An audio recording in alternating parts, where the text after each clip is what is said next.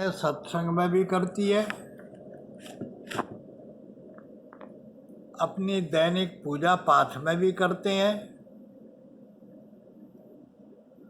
और कहीं अगर सामूहिक कार्यक्रम होता है तो वहाँ भी इस प्रार्थना का प्रयोग किया जाता है।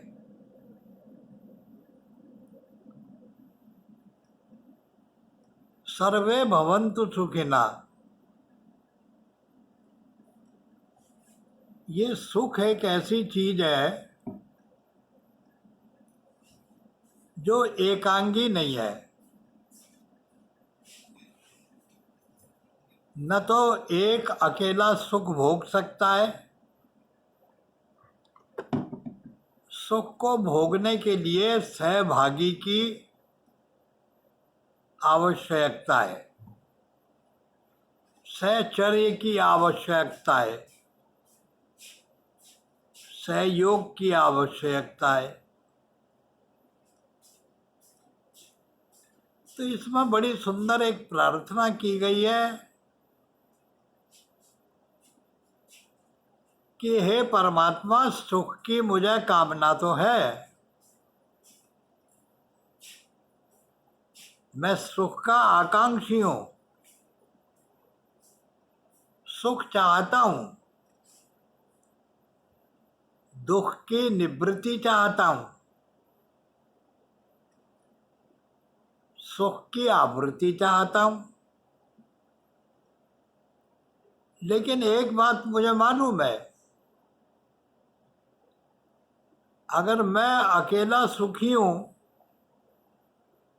और मेरे चारों ओर 99 आदमी अगर दुखी हैं तो मैं भी सुखी नहीं हूं। इसलिए हिंदू प्रार्थना में पहली बात कही गई है कि सर्वे भवन्तु सुखिनः। अगर मुझे सुख देना है, अगर मुझे सुख पाना है, तो मुझे सुख, सबके सुख की कल्पना करनी होगी, सबके सुख का आयोजन करना पड़ेगा, सबके सुख के बारे में सोचना पड़ेगा। मेरा सुख मेरी व्यष्टि चेतना न हो करके मेरी समष्टि चेतना होनी चाहिए।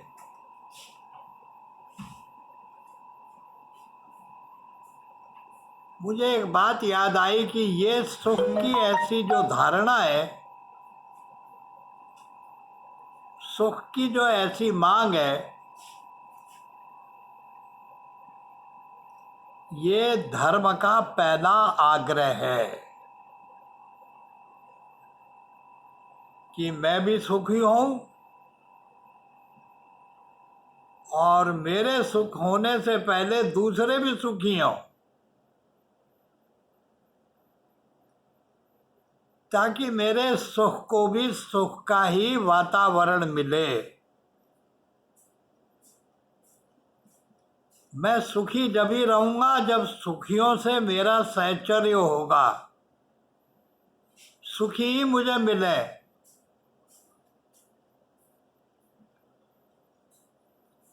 इसलिए प्रार्थना में पहले बल दिया गया सर्वे भवन्तु सुखिनः।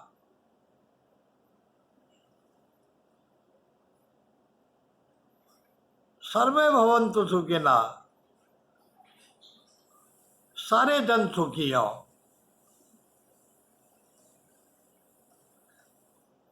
और सुख सबसे पहला काय का है? सबसे पहला सुख, पहला सुख निरोगी काया। शरीर का सुख सबको प्राप्त हो।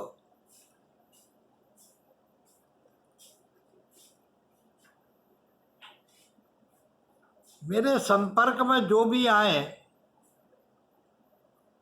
वो सुखी आए। मैं सुखियों की संगति करूं, सुखी मेरी संगत में आए।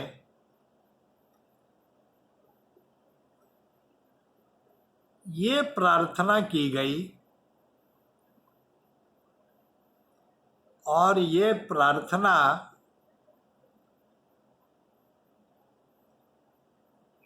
हमारी धर्म की पहली प्रार्थना है। प्रार्थना का अर्थ ये नहीं है कि इंडिविजुअल डिमांड की पूर्ति के लिए हम भगवान से अरदास कर रहे हैं, अर्ज कर रहे हैं, मांग रहे हैं। प्रार्थना का अर्थ है हमारे कोमल भाव, हमारे अंदर के सूक्ष्म भाव, कोमल भाव जो भावना से भरे हो, अपनेपन से भरे हो, जो वास्तव में हमारे अंदर की मांग हो। तो मैं निवेदन कर रहा था कि हमारा धर्म प्रारंभ ही होता है दूसरों से। हमारा धर्म हमारे लिए नहीं है, हमारे धर्म का संबंध तो समष्टि से है, प्रत्येक से है, प्राणी मात्र से है, जीव मात्र से है। महाभारत में एक बड़ा सुंदर प्रसंग आया है। आपने वो प्रसिद्ध महाभारत की कथा सुनी होगी कि ये पांचों पांडव प्यासे थे। कुंती उनके साथ थी। कुंती प्यास से व्याकुल थी, पांडव भी प्यासे थे। पशुमुख वन था, हर जगह तो जल सुलभ होता नहीं था। लिहाजा कुंती को व्याकुल देखकर युधिष्ठिर ने भीम को आज्ञा दी, भीम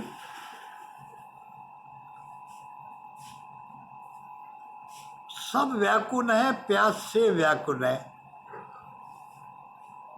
कहीं जल का अन्वेषण करो, कहीं जल है क्या। भीम एक बड़े से ताल वृक्ष पर चढ़ गए। चारों तरफ दृष्टिपात किया तो कहीं बकुल उड़ते हुए दिखाई दिए, बगुले, जलचर प्राणी उड़ रहे थे। अनुमान लगाया कि यहाँ कोई सरोवर होगा और भीम वृक्ष से उतर के जल का घट लेकर के जल के अन्वेषण में उस दिशा की ओर चल पड़े जहां वो उन्होंने जलचरों को देखा था। कुछ काल के श्रम के बाद ही उस स्थान पर पहुंच गए जहां एक बड़ा सुशीतल जल से, निर्मल जल से भरा हुआ बड़ा सरोवर था। भीम स्वयं भी बहुत व्याकुल थे, प्यासे थे।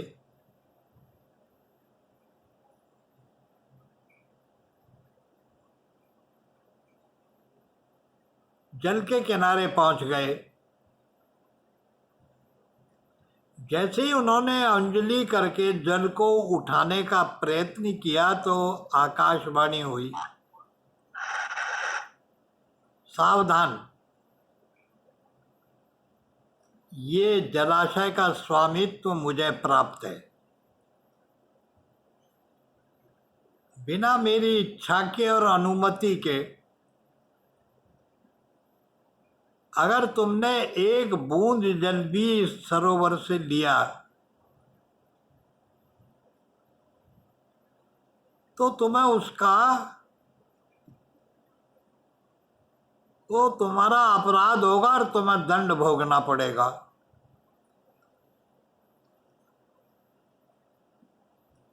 जिसकी भुजाओं में इतना बल था,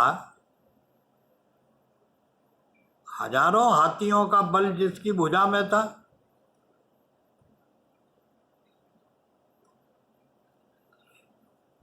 उनने बड़े उपेक्षा भाव से देखा कि है कौन ये।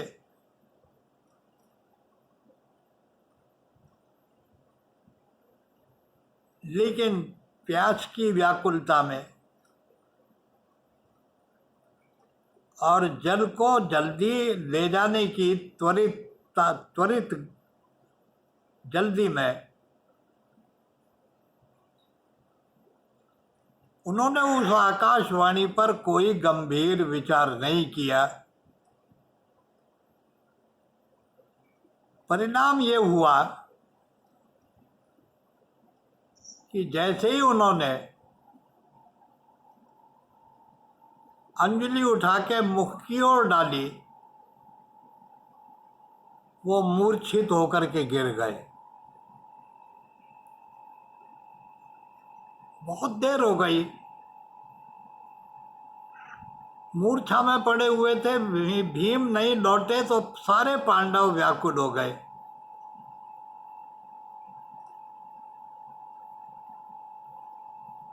युधिष्ठिर ने अर्जुन को आज्ञा दी, अर्जुन गए और उन्होंने जलाशय के तट पर भीम को मूर्छित स्थिति में देखा।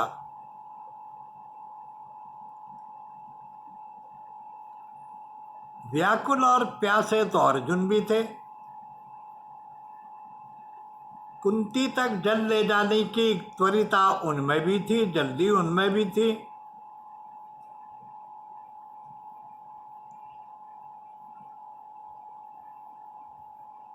जैसे ही उन्होंने जल में अंजलि डाली, आकाशवाणी फिर आई।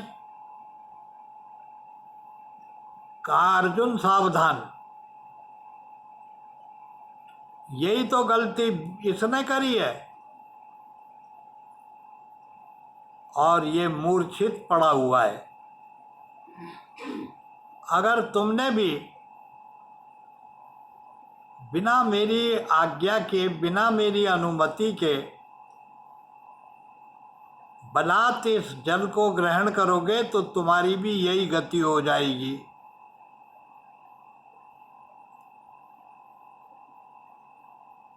अर्जुन ने ध्वनि की दिशा का अनुसंधान करके अपना शब्द वेदी बाण चला दिया। कहा, तुझे तो मैं अभी देखता हूं।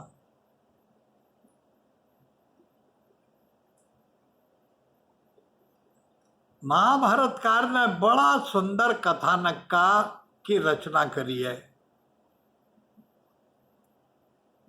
ये महाभारत का ग्रंथ जय ग्रंथ है। जीवन में जय की गाथा गाता है। ये अहंकार की लड़ाई नहीं है महाभारत। ये दो भाइयों के विद्वेष की कहानी नहीं है।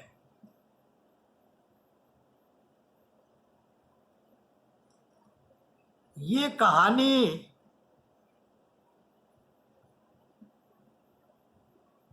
एक उच्चतर चेतना की ओर इंगित करती है, इशारा करती है। इसलिए महाभारत के हर कथानक में मानव चेतना को उसके धरातल से उत्थित करके ऊपर उठाकर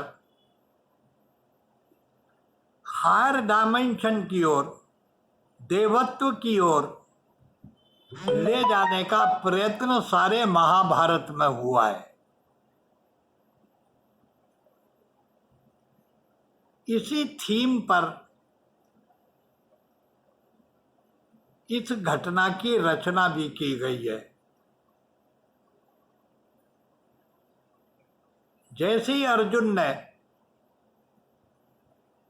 जल से अंजलि भरी, वो भी मूर्छित होकर गिर गए।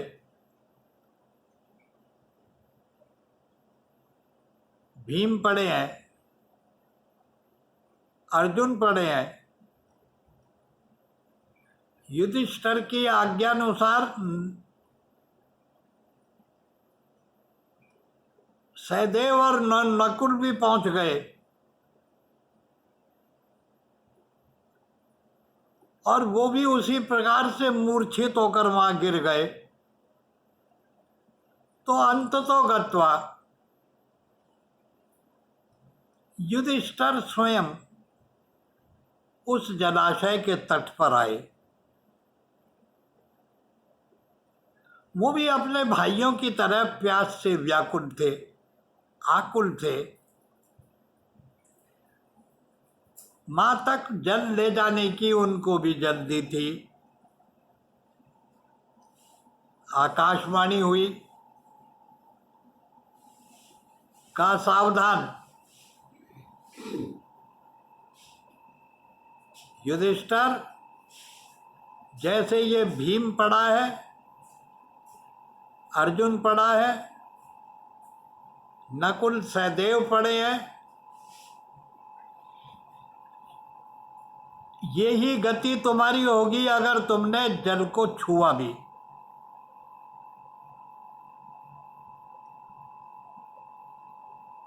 अंजलि में भरे हुए जल को वापस जलाशय में सरोवर में छोड़ दिया युधिष्ठिर ने और कहा कि हे महाभाग, आप कौन है? कहा मैं इस सरोवर का स्वामी हूं,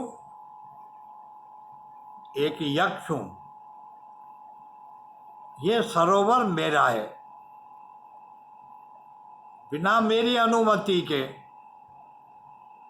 अगर तुमने एक बूंद जल लिया तो तुम्हारी भी यही गति होगी जो इन सब की हो रही है।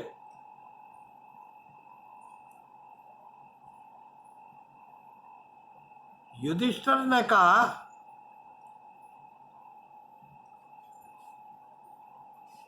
कि आपसे अनुमति लेने का क्या तरीका है कि मैं घट भी जल से भर सकूं और मैं भी पी सकूं। आपसे किस प्रकार अनुमति ली जाए? यक्ष ने कहा मेरे प्रश्नों का उत्तर दो, अगर मैं संतुष्टित हो जाऊंगा तो आपको जल पीने की अनुमति प्रदान करूंगा। महाभारत के वन पर्व में ये कथा आई है। अद्भुत कथा है।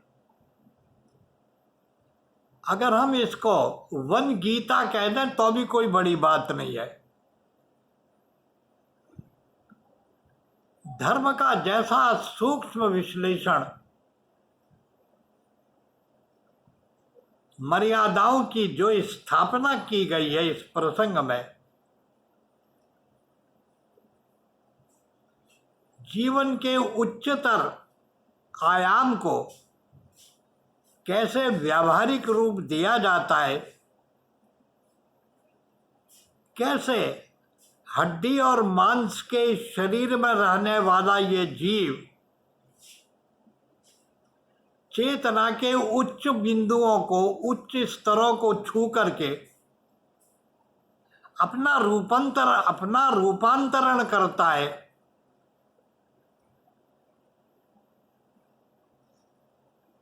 ससीम से असीम में जाने का कैसे प्रयत्न करता है, सीमाओं को तोड़ करके अनंत के साथ जुड़ने का कैसे प्रयत्न करता है। आध्यात्म क्या है, जीवन क्या है, सत्य क्या है और जीवन की क्या गरिमा है, क्या महिमा है, इसका जो सुंदर विश्लेषण वन पर्व की इस कथा में करा गया है, शायद इसीलिए कहा जाता है सर्वम इदं व्यासोच्चिष्टम, संसार के जितने भी एपिक्स हैं, काव्य हैं, जितने भी उपदेशात्मक जो ग्रंथ हैं, क्लासिक्स हैं, संसार में जितने भी प्रकार की मानसिक कल्पनाएं की जा सकती हैं, जितने किस्म के चरित्रों का गठन किया जा सकता है, अगर इन सब का कोई विश्वकोश है तो वो महाभारत का ग्रंथ है। और उसमें आने वाले जितने भी चरित्र हैं वो मानव चेतना के विकास के सोपान हैं, सीढ़ियां हैं। तो मैं निवेदन कर रहा था उन प्रश्नोत्तरी में यक्ष ने सबसे पहला एक सवाल पूछा था युधिष्ठिर से, को रक्षति सर्वदा, ये बताओ कि संसार में प्राणियों की, जीवों की, मनुष्य की संसार में कौन रक्षा करता है? को रक्षति सर्वदा।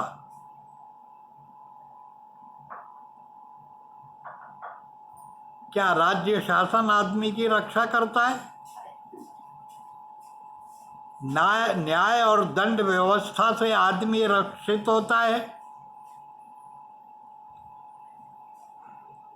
या परमात्मा आदमी की रक्षा करता है?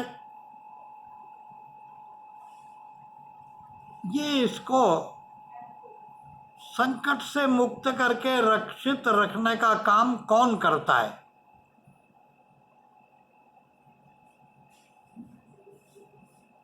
युधिष्ठिर इसका उत्तर देते हैं, मैं उस उत्तर से अपनी बात प्रारंभ करना चाह रहा था। धर्मो रक्षति रक्षिता, जिस मनुष्य ने अपने धर्म की रक्षा की है वो रक्षित किया हुआ धर्म उसकी रक्षा करता है। जो मनुष्य अपने धर्म की, अपने कर्तव्य की, अपने अंदर के विवेक की रक्षा करता है, जो अपने आत्मा के स्वरों की रक्षा करता है, इन आवाजों को सुनता है,